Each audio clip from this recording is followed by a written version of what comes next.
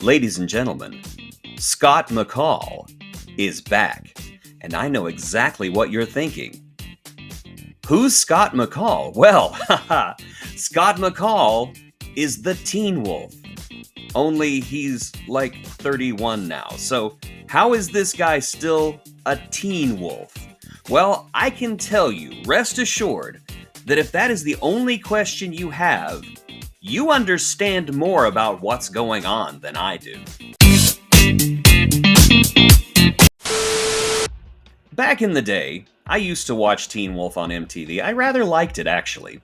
I enjoyed the characters, I enjoyed the actors, I enjoyed all these weird supernatural elements, the monsters, the story arcs. I will even say that the Void Style season is one of the best seasons of television that I have ever seen.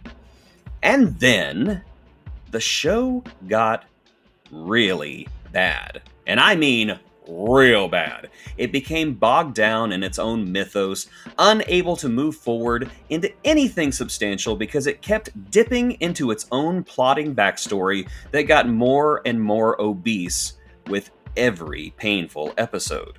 The plots gave way to melodrama, actors who were popular disappeared without the show even marking their passing, and by the last season, it was an incomprehensible, muddy mess bereft of anything that made it special in the first place.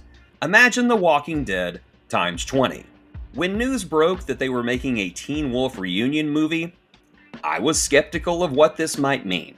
On one hand, it could be another frustrating slog, a continuation of a serialized drama so lost in itself that it's inaccessible to new viewers, and so wrapped up in its own convoluted mythology that it even confuses longtime fans such as myself.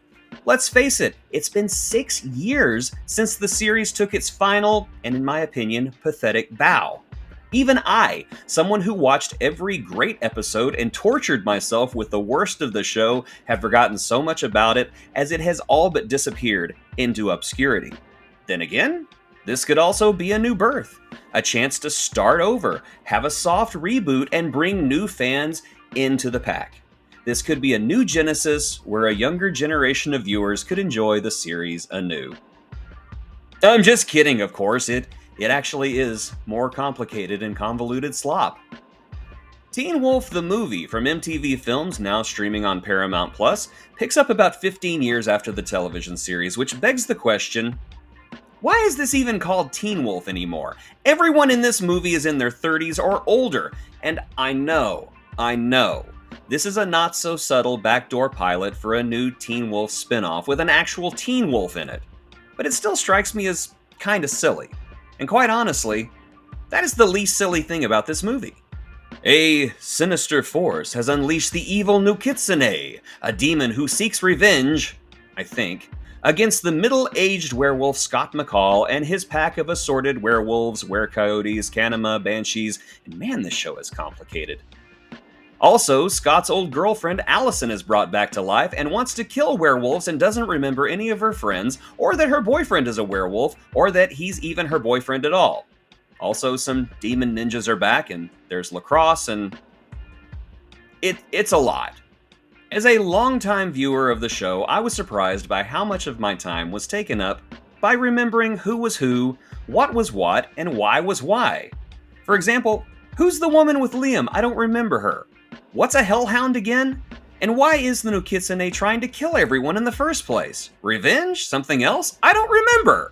This is a movie that makes the baffling choice to continue a television series plot that no one remembers, and basically slams the door shut right in the face of anyone who might want to join in and see what all the fuss is about. Teen Wolf the movie is a slog to sit through. I mean, sure, we have Coach, and man, it has been a while since we were blessed with the comedic goldmine that is Orny Adams' Coach. But on the other hand, Dylan O'Brien is notably absent, which is a shame because Styles really was the beating heart of the series, and without him, it's decidedly bland. Bland-er. A lot like that last season he wasn't in. But I guess we could call Dylan O'Brien Neo in this case because it looks like he's dodged a bullet. If you're a Teen Wolf superfan who's been endlessly binging this nearly forgotten series nonstop since it went off the air, I don't know. Maybe you'll enjoy it enough to make it worth your while, but I found it confusing, confounding, and sappy. It was as if someone gave the showrunner a lot of money and said, "Here, make a new episode and pretend like you haven't been off the air for 6 years."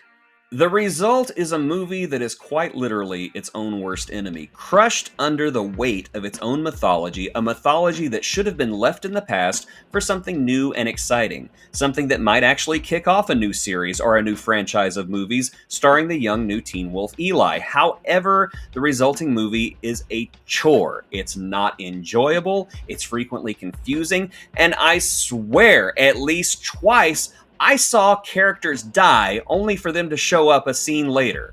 And worst of all, it's boring. That's it.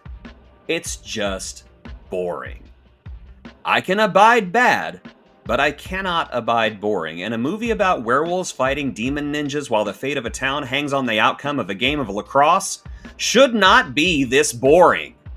My opinion, Teen Wolf was better off canceled. And it's a shame, because there was no reason the movie had to be this bad. It was a choice, and it was a bad choice.